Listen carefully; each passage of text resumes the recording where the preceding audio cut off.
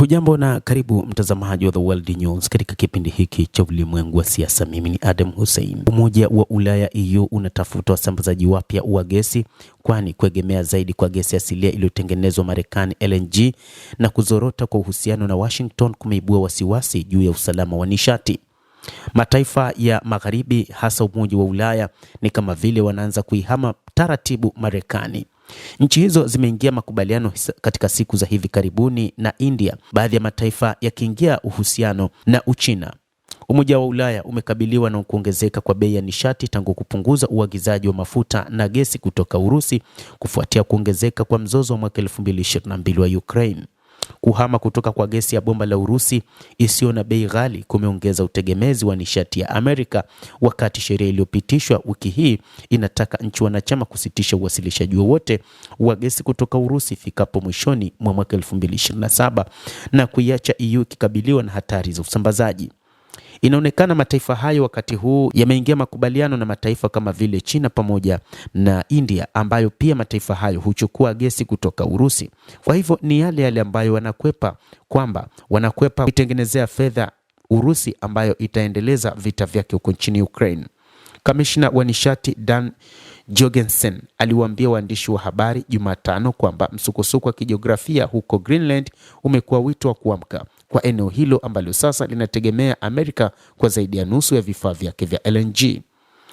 Kuna wasiwasi unaokuwa ambao nchi za Ulaya zinashiriki kwamba kuna hatarisha kuchukua nafasi ya utegemezi mmoja na mwingine.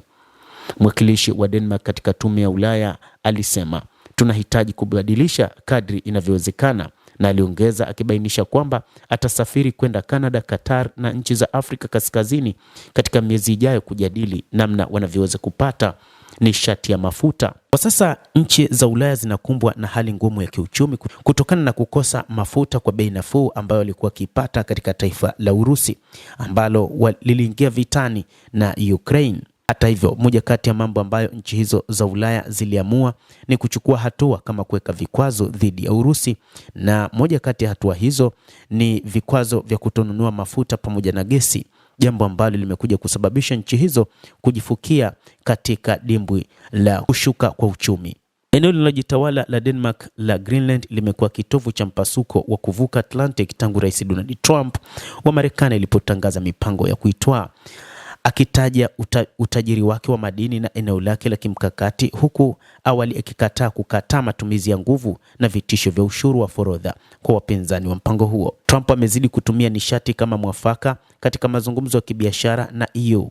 Chini ya makubaliano yaliyotangazwa Julai mwaka uliopita, umoja huo ulikubali kununua nishati ya Marekani yenye thamani ya dola bilioni 750 ifikapo mwaka 2028 ili kuepusha ushuru wa juu, ahadi ambayo wakosoaji wanaita kulazimisha.